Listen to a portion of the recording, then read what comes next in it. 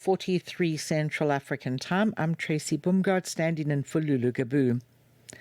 The escalating crisis in the Middle East continues to raise concerns about regional stability, international law, and the prospects for peace, as hostilities involving the United States, Israel, and Iran continue to unfold.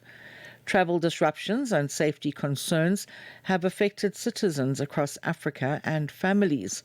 And to give us an update on the situation in the Middle East, we now joined on the line by Yathin Soni, the MD of North Star Consulting, who is en route back to South Africa. Afternoon, Yathin.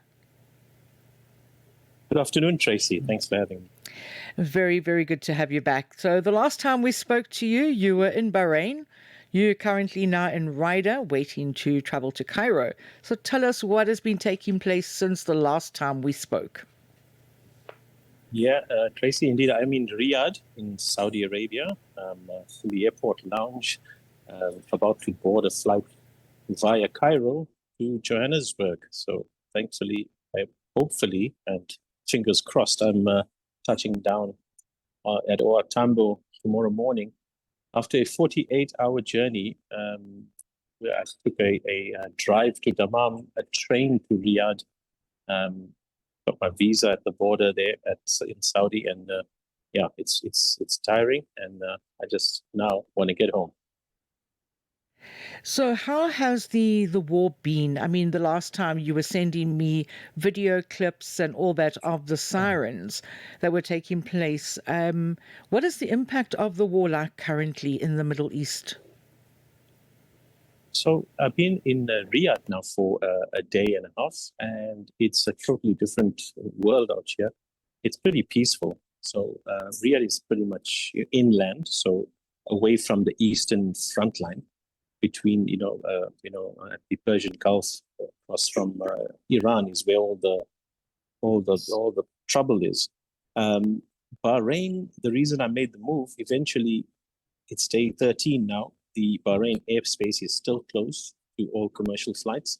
There's very limited and careful repatriation, and possibly just only for diplomats, etc. But it's closed, and the safest route, based on my research, was to do this trip via Saudi and out moving westward. So you want to avoid then any links through even Dubai, Abu Dhabi, etc. So the popular options are through Ethiopia, through Kenya, or through Egypt. And it's exorbitantly priced. Unfortunately, I have to foot the bill for that. It's costing me like 20,000 Rand to get home. But I'm just pleased to be heading there. So the situation in Bahrain, that's, it's still, there's no way out except by road through Saudi Arabia for now.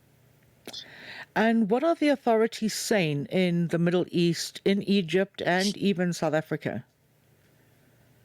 Yeah, so all the GCC states are in an emergency readiness mode. There's continuous interception of missiles still. There is, and it's sporadic, right? So it's shelter in place. The authorities are pushing now for de-escalation to prevent an entire, regional collapse here. The authorities in Qatar, in Bahrain, you'll see there was a special call for a special another UN Security Council meeting. I think that was yesterday. They're calling for diplomacy and de-escalation because for any, retaliation now from the neighbors in my view, I don't want to be, quoted, would just be the worst possible thing. Iran is obviously saying we're attacking US and Israeli assets that you're hosting. That's their stance, and Bahrain and Qatar and UAE and others are saying, can we just talk about this? We stop hitting civilian targets in the process here. So it's not so the authorities are saying if you're there, shelter in place, stay put, or if you can get out, these are your routes out. DIRCO from our side is I think not equipped to handle this, to be honest. I'm pretty disappointed.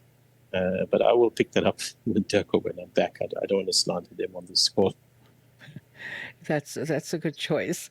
So with the oil prices starting to surge, and I mean, we're looking here in South Africa for the new month over R2 a litre increase.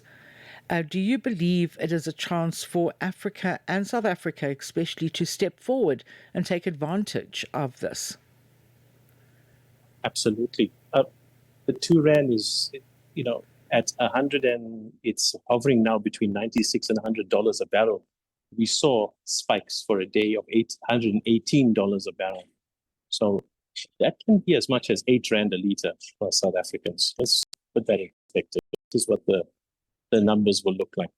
But the government wouldn't do that in one hit. It will probably, if this continues, we can see maybe a 2 or 3 month tranche of 2 to 3 rand a litre each and every month, or maybe subsidized through the levies, fuel levies, etc. And that puts the country then in deficit, but protects the poor, because this fuel price will hit transport cost and food costs. That's going to hit it hard. Yes, there's benefactors in this, by the way. Gold companies and Sasol will be doing well. But take that aside, there's an opportunity, and thanks for touching on it, is for us to, capitalize on what we're losing on the commodity side and make up for it in high-value services. Here's quick stats. 97% of the fleet that used to travel through the Strait of Hormuz, something like an average of 130 vessels, 140 vessels a day, only 4 have made it past in the last few days. So there's like a 98%. 1/5 of the world's oil is now being cut by 98%, right? We have seen 40% increase in fleet coming around the Cape of Good Hope, 40% up in this week. If we don't capitalize on that, then we're going to lose that business to Namibia or to Mauritius. We're already taking some of it. There's very simple service-based, revenue here to be made. For example, offshore services like crew changes doesn't require any fancy infrastructure or anything of the sort. You can just, ship out or helicopter food, crew changes, services of that nature. And if we are willing to also, allow some docking and some quick, repairs, for example, it's limitless. But the opportunity is there. It may or may not last. And if we look back and say we missed yet another opportunity, then it's our own doing as South Africa Inc. So, Yathin, I'm going to release you now to go and organize your flight and get on that plane and get out. Lovely. We hope to see you and meet you in person soon. Thank you, Tracey. Definitely. Thank you, Yathin. And that was Yathin Soni, the MD of North Star Consulting. Africa Update.